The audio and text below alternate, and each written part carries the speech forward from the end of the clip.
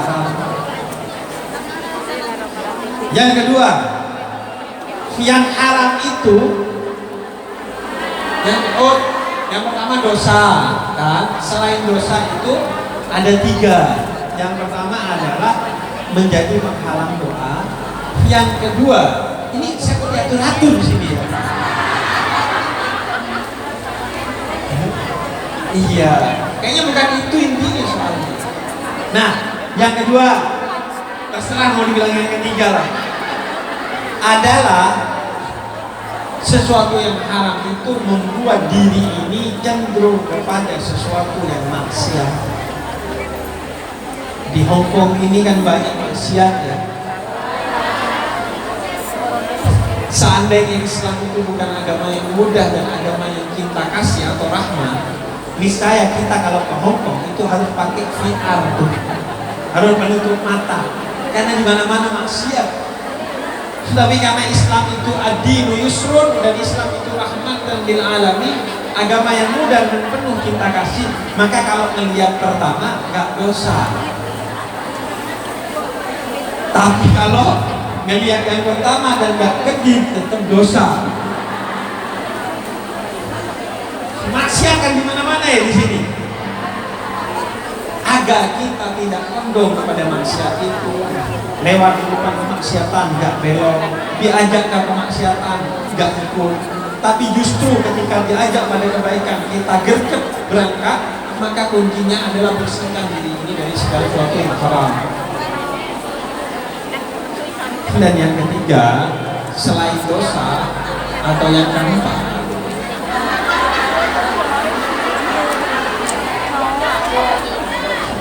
sesuatu yang haram itu bikin kita mudah lupa. Pikun. Karena apa? Karena Al-Quran bilang la yamassuhu illa al-mutahharun. Orang itu tidak akan bisa memahami Al-Quran, menghafal Al-Quran, mengingat Al-Quran kalau dia tidak suci dari hal-hal yang haram. Maka orang yang ada hal-hal yang haram pada dirinya, maka dia mudah lupa dan menjadi bodoh. Akhirnya segala keputusannya merugikan dia dan merugikan orang lain, merugikan keluarga, merugikan orang-orang di sekitarnya. Karena kenapa? Karena bodoh. Apa penyebabnya? Karena yang dikonsumsi adalah hal yang haram. Hal yang haram itu merusak jiwa. Karena itu, mari kita didik diri kita di sini agar selalu memastikan, pertama, jauhkan diri kita dari hal-hal yang haram. Yang kedua, jalani pekerjaan kita sebagai ibadah dan jihad.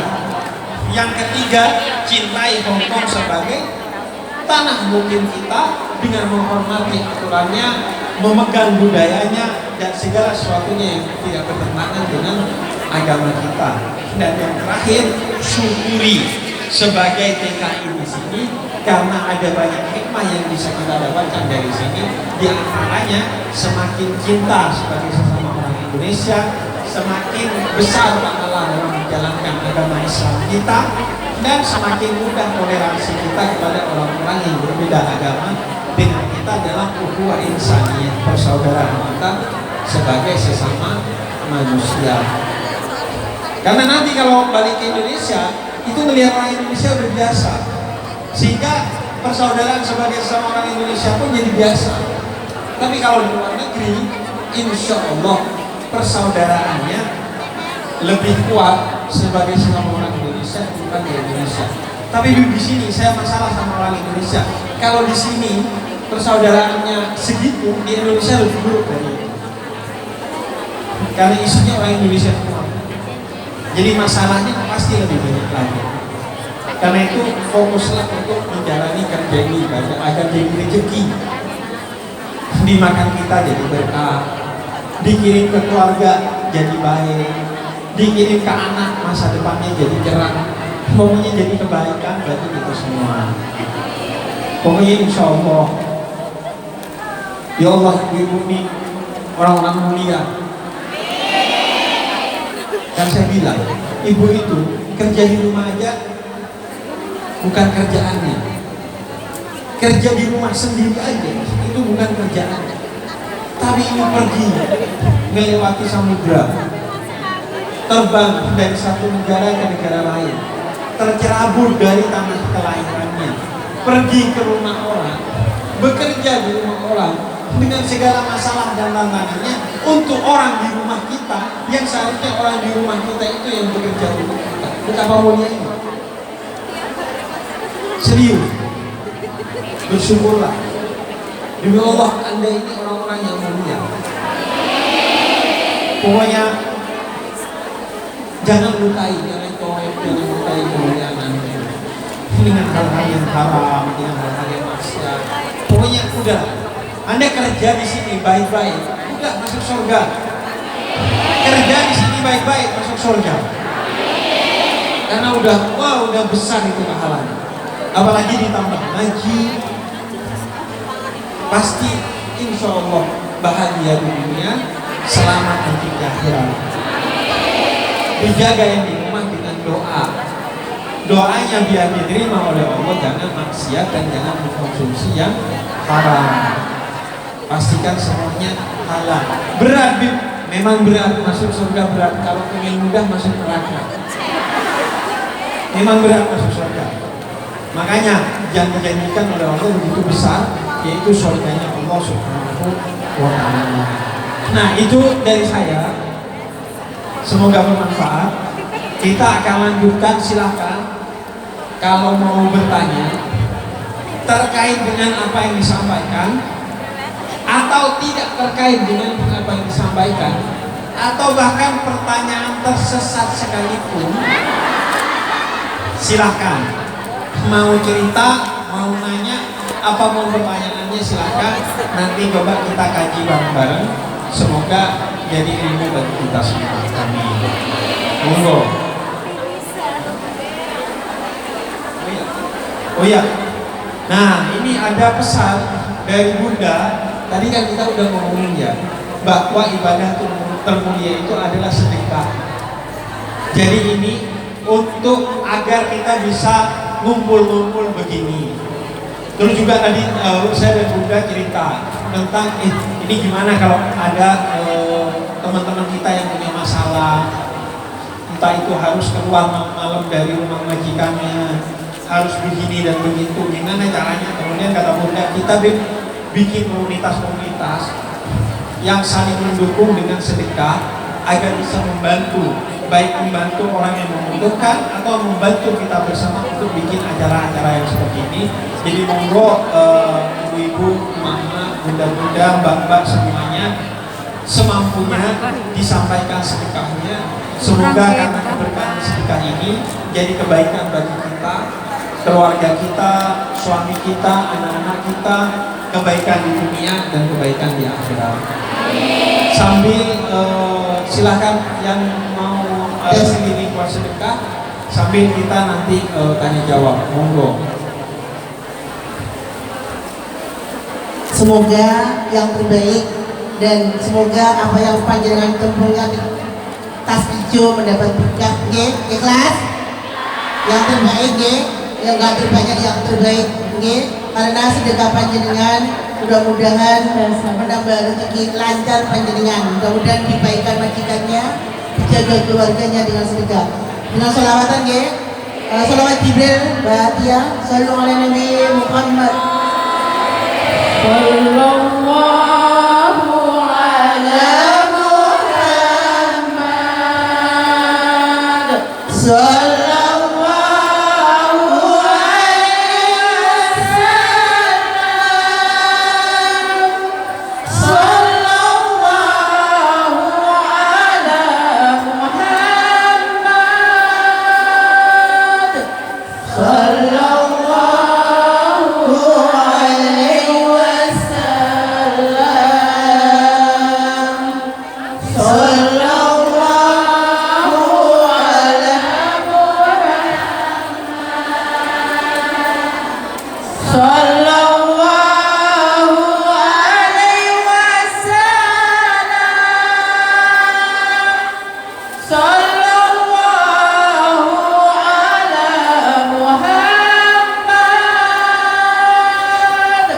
Sallallahu alaihi wasallam.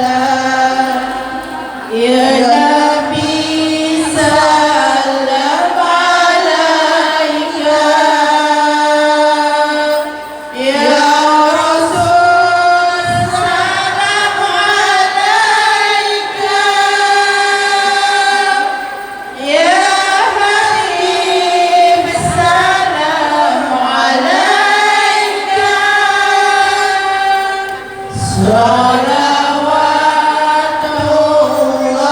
alaika.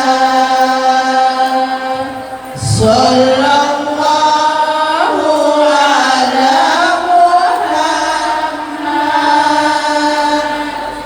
Sallallahu alaihi wasallam. Sallallahu ala Muhammad.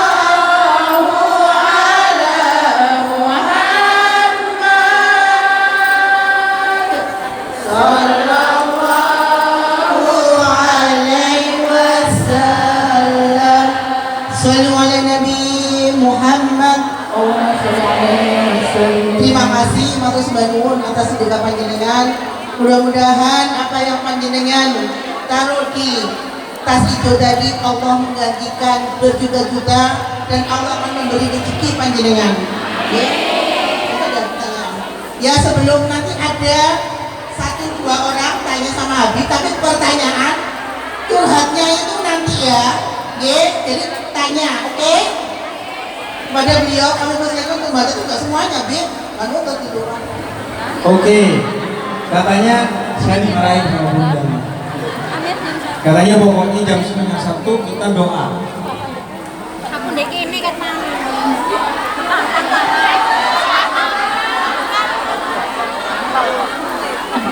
Jam 1:30 ya, nanti lebih dikit ya udah. Iya.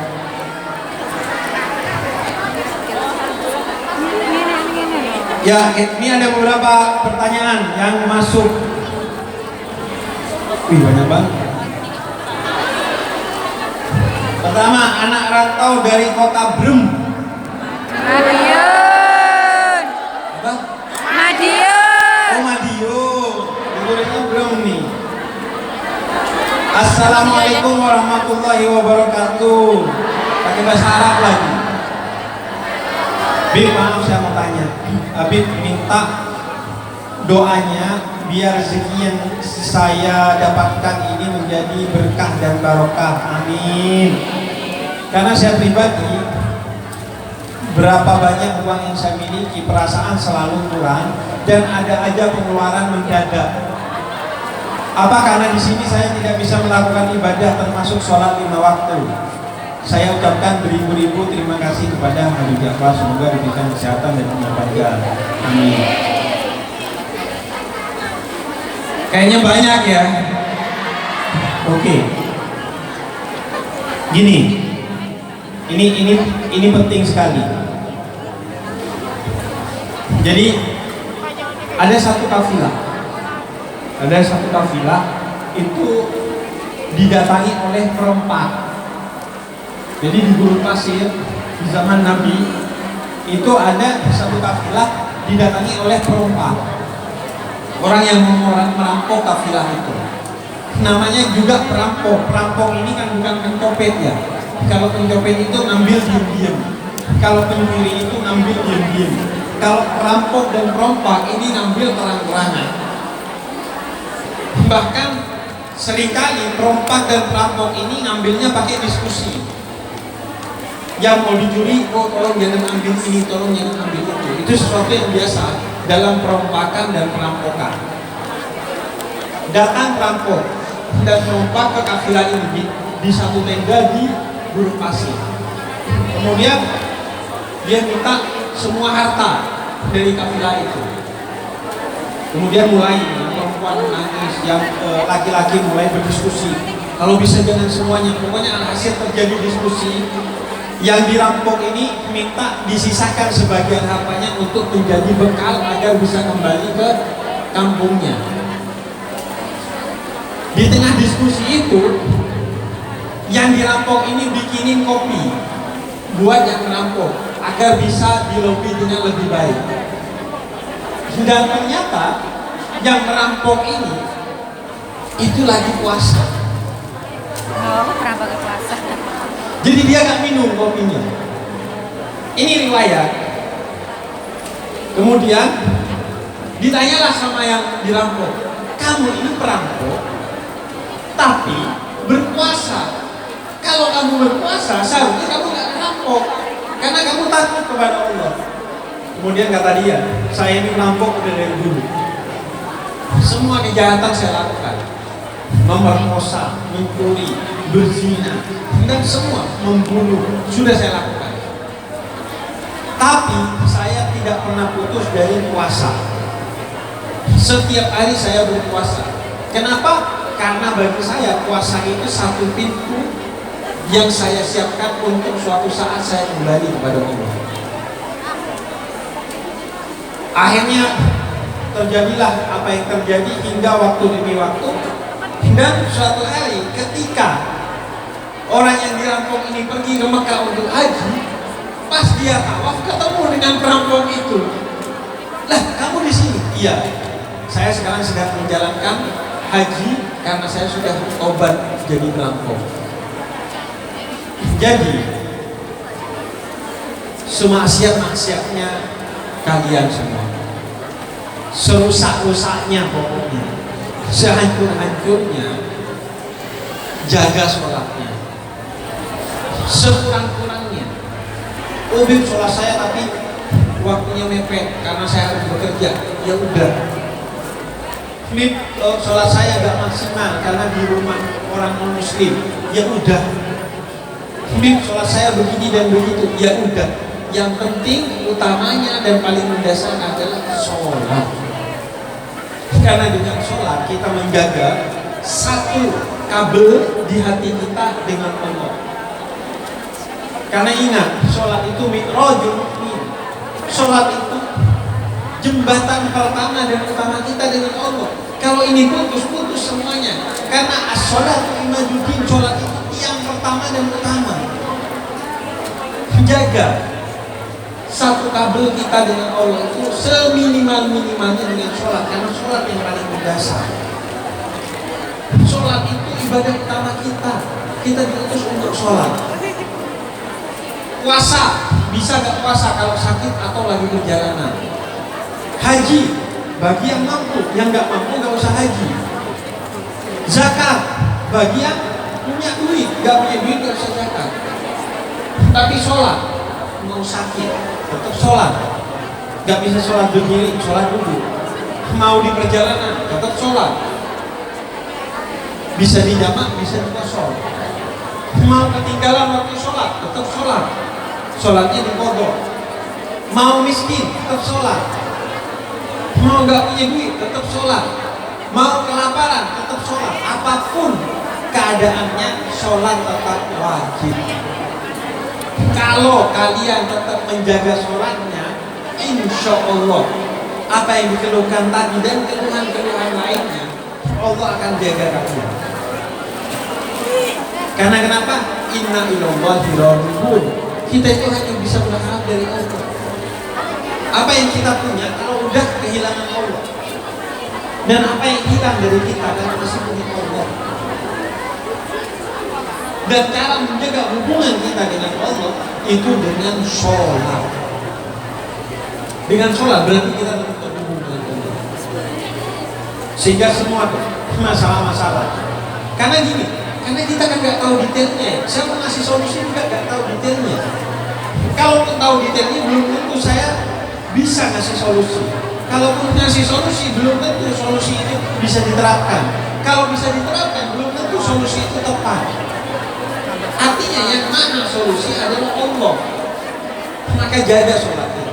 Apapun keadaannya, kurang-kurang nggak apa-apa, telat-telat nggak apa-apa. Karena itu yang kita bisa sekarang. Tapi usahakan untuk terus jaga dan terus memperbaiki sholat kita. Sholat.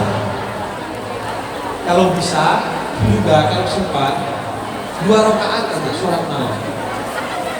Tahajud, karena itu jarak terdekat kita dengan Allah. minta di sana. Allah tidak akan diam, karena kata Allah, siapa yang sudah mengangkat tangan maka Allah pasti akan turun tangan. Allah Hayyu, Allah Maha Hidup. Kemudian Allah malu kalau ada hambanya yang berdoa untuk tidak mengabulkan doanya. Jadi tolong dijaga sholatnya, apapun keadaannya, dijaga sholatnya. Walaupun belum maksimal, dijaga sholatnya. Karena itu yang utama antara kita dengan Allah. Orang kalau udah sholat, Allah jaga semua. Rezekinya Allah jaga, keluarganya Allah jaga, suaminya, anaknya, orang tuanya, semuanya dijaga dengan keberkahan sholat. Karena orang kalau sholat berarti sinyalnya masih nyambung sama Allah, setiap hari masih nyetor ke Allah. Makanya doa orang-orang yang beriman itu, ya Allah undur ila abdi, Allah lihat saya. Gimana cara minta perhatian kepada Allah? Ya sholat. Terlebih sholatnya TKI di Hong Kong beda dengan sholatnya saya di Indonesia. Saya sholat tinggal sholat, saya berjamaah tinggal nyari orang di pinggir jalan. Sini sholat, sudah sholat siapa? Sholat lagi. Boleh orang kalau udah sholat sendiri kemudian ada sholat jamaah ikut sholat lagi baik. Kecuali sholat Kristen siapa? Oh iya. Oh iya. Iya kan? Jadi kalau saya di Indonesia sholat gak berat, tapi kalau di sini kan sholat berat. Mau nyari masjid repot, mau berjamaah repot, mau sholat di rumah pun mungkin repot, mungkin ada yang dihalang-halangi dan lain sebagainya. Maka kerjakan sebisanya. Habib, saya kalau sholat berdiri ketahuan majikan jadi repot. Mau cari majikan lagi lebih repot nih. Sambil nunggu majikan, sholat yang kita belum mampu. Oh sholatnya gitu, biar gak kelihatan. Sholat gitu. Oh sholatnya di kamar, sholat di kamar. Oh sholatnya harus duduknya di bawah, duduk di bawah. Pokoknya yang penting sholatnya dijaga. Tapi bukan niat meremehkan ya. Bukan niat meremehkan dengan duduk, enggak. Tapi memang kalau berdiri itu terasa aneh dia di majikan saya, karena dianggap baik orang. Pokok intinya jaga sholat. Allah ngasih solusi semua masalahnya, termasuk masalah sholat itu sendiri. Sholatnya ibu-ibu semua ini jauh lebih besar kemuliaannya daripada sholat saya. Karena ini Nabi yang katakan, semakin sulit sholatnya, semakin besar pahalanya. Makanya kata Nabi, orang yang semakin banyak langkahnya ke masjid, orang semakin besar pahalanya. Maksudnya apa? Bukan berarti Bib katanya langkah semakin banyak semakin besar pahalanya. Ya udah saya ke masjidnya langkahnya kecil-kecil aja. Enggak. Maksudnya apa? Semakin besar usahanya, semakin besar pula pahalanya. Jenengan ini kan pasti susah ya. Kalian ini pasti susah sholatnya, maka itu pahalanya begitu besar. Bayangkan dalam kondisi berat tetap ketemu dengan Allah, betapa bahagianya, betapa menghargainya, dan betapa cintanya Allah kepada siapa saja yang tetap menjaga sholatnya di tengah kondisinya yang berat. Jadi tetap sholat.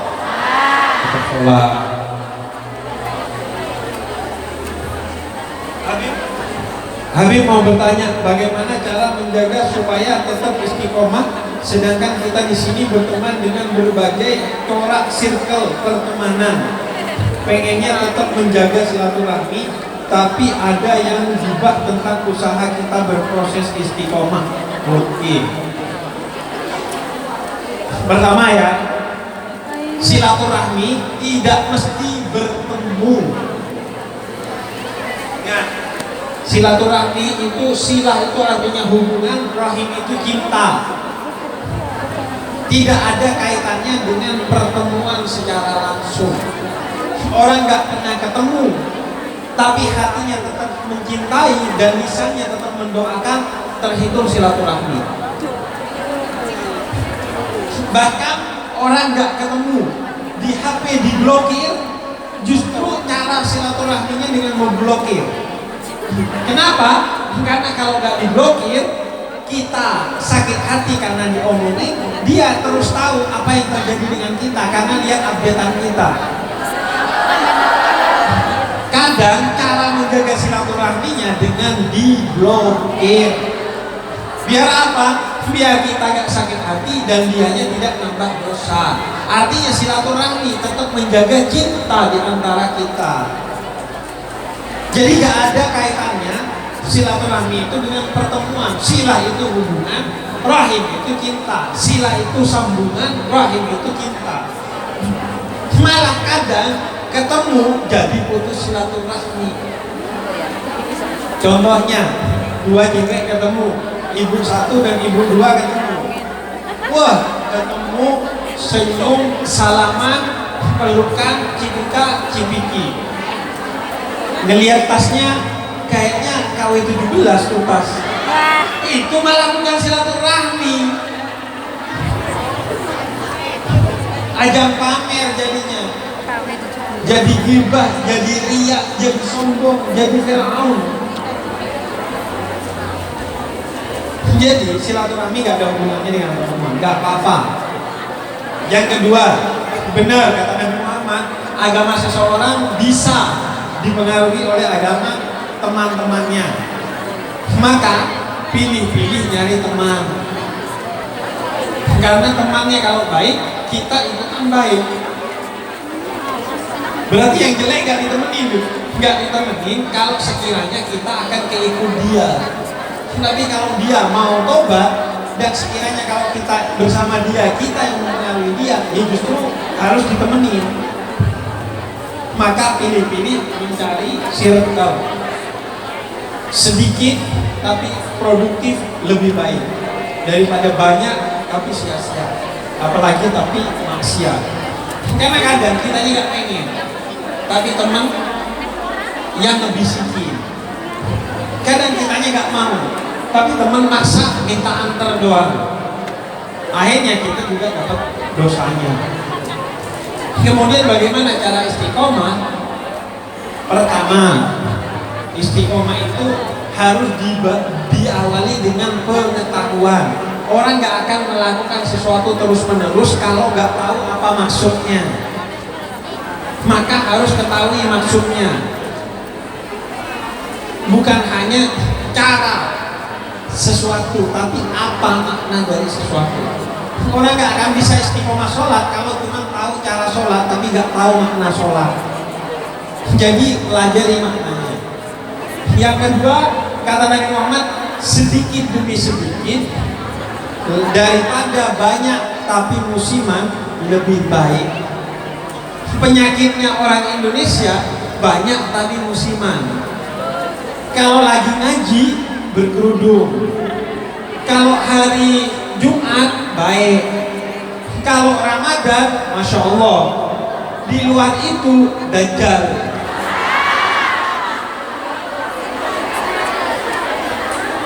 Sedikit demi sedikit, nggak usah banyak. Makanya tadi saya bilang kan, sedikit demi sedikit, karena manusia begitu. Allah waktu nyuruh berhenti mabuk, orang Arab zaman dahulu gak langsung berhenti mabuk. Kata Allah, mabuk itu jelek. Udah beberapa waktu, jangan mabuk kalau lagi sholat. Di luar salat boleh? Boleh. Sampai terakhir gak boleh mabuk. Karena manusia itu butuh proses, bukan banyak protes. Jadi apa? Sedikit demi sedikit. Yang ketiga, latihan riyadhah. Orang yang dekat dengan Allah, para sufi, para kekasih Allah, itu adalah orang-orang yang intinya riyadhah. Sesuatu yang luar biasa menjadi biasa kalau dibiasakan. Dibiasakan dari hal-hal kecil, insya Allah istiqomah. Dan istiqomah khairun min alfi karamat. Istiqomah itu lebih baik dari ribuan kekeramatan. Kalau Anda pernah dengar cerita kiai terbang, kalau kamu istiqomah, kamu lebih mulia dari kiai yang terbang. Kalau kamu pernah melihat Habib jalan di atas air, Kamu istiqomah, kamu lebih mulia dari Habib jalan di atas air. Pokoknya istiqomah lebih mulia dari segala kekeramatan yang ada di muka bumi ini. Makanya istiqomah harus diupayakan sedikit demi sedikit. Saya Iin dari Ponorogo. Anak saya meninggal tanggal 23 Juli kemarin. Innalillahi wa inna ilaihi raji'un. Ketika berada di pondok pesantren. Sebelum kita lanjutkan, mari kita kirimkan suratul Fatihah kepada anak dari Ibu Iin dari Ponorogo. Semoga Allah ampuni dosa-dosanya, lipat gandakan pahalanya, Allah turunkan rahmatnya, dan Allah jadikan anak itu husnul khotimah yang memberi syafaat bagi keluarganya dan kita semua. Al-Fatihah.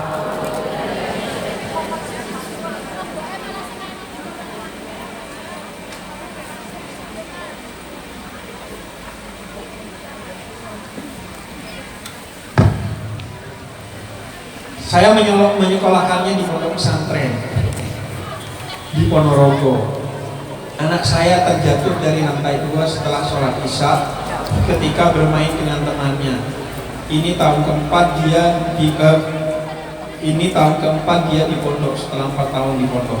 Yang ingin saya tanyakan, mungkinkah anak saya mati syahid? Pasti mati syahid. Orang yang sedang menuntut ilmu, terlebih anak-anak, maka dia dalam keadaan berjihad. Orang yang melakukan perjalanan bukan untuk kemaksiatan, maka kalau mati dalam perjalanan itu dia mati syahid. Orang yang menuntut ilmu, selama dia sedang menuntut ilmu, maka ketika dia mati syahid. Orang yang sedang perjalanan untuk menuntut ilmu, maka dia mendapatkan 2 peluang kesyahidan. Yang penting ibu ikhlaskan dia, doakan dia, dan insya Allah keberkahan syahidnya dia akan memberikan syafaat bagi orang tuanya. Anak itu akan memberikan syafaat bagi kedua orang tuanya. Tempat mana yang lebih indah dari pondok pesantren untuk kita wafat? Apa yang lebih, masjid, Makkah, Madinah, pondok pesantren? Anda tahu, kadang masjid itu tidak lebih mulia dari sekolah, dari pondok pesantren. Iblis itu masih bisa mengganggu orang sholat, tapi nggak bisa mengganggu orang sekolah. Suatu hari Nabi mau masuk ke masjid, ada orang tidur, ada orang sholat, ada iblis nongkrong di depan. Kemudian kata Nabi, iblis, ngapain kamu di sini? Ini dalam satu riwayat. Kemudian kata iblis, saya mengganggu orang yang sedang sholat. Terus